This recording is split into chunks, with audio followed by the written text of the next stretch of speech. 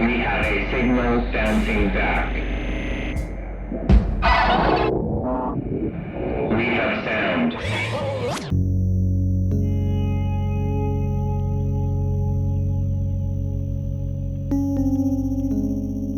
Part of the reason I left this city, or left the Northwest to go to London, is to be a freak.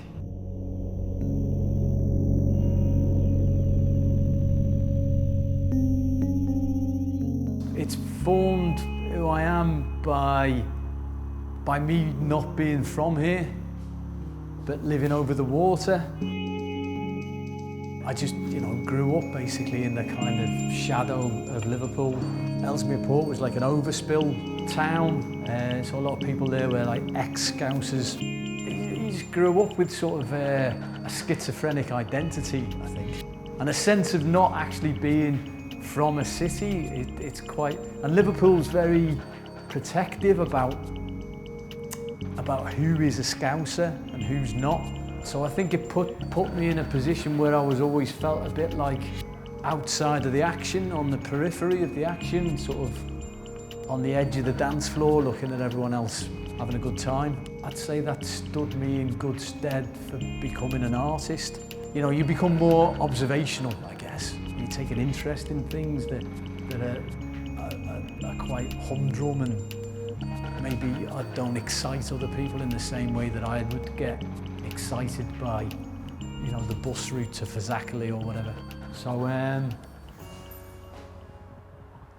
yeah, it still kind of haunts me, I guess, in some ways. It's more a life in the UK. That's why it's called Dream English Kid. I was trying to synthesise, the fears and anxieties of anyone within my generation who was from England, but I guess England in itself is quite a specific place. It's more particular to a time than it is to a place. It's about growing up in the latter part of the 20th century. It's definitely an anxious film and a fretful one. So it's not a joyous film. In the making of it, I found a structure that was episodic. These are the episodes within my life that I felt have most determined who I am, or have had the most kind of effect upon me, and they all happen to be quite dark in a way, because they're the things that I'm still struggling with.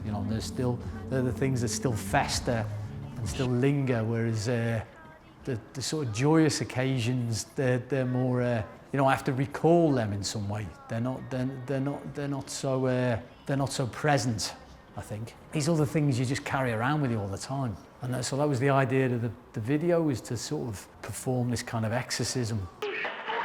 I sort of initiated it with the idea that I would be able to gather all this material from the sort of digital archives, but that proved not impossible, but more it proved to be maybe a bit dull. So there's a lot of fabrication in there. There's a lot of small scale models. There's models of the bridge. There's models of like a squat I lived in, and there's a lot of CGI to make these abstractions not concrete, but to visualize them, to put them out in front of me rather than they're just swirling around in my head all the time. Well, when I went to Eric's, I was going to, they used to have matinees for under 18s. Okay, so you go to the matinee. So I go to that.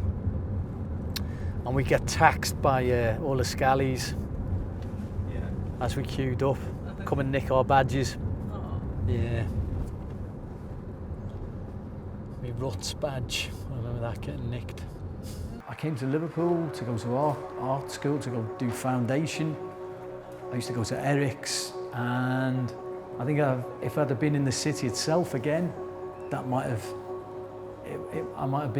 been more embraced. There was definitely freaks around in that scene, but coming from Ellesmere Port, it was that was less accepted, I think. To bring it back to like where we are, I think it is something to do with a kind of, this is a very nostalgic part of the country, I think, a very melancholic. It's sort of looking, you know, it looks out to the sea, but it also looks to the past. You know, there's a sense not just in Liverpool, but in Britain, I think, that, you know, obviously that our best days are behind us.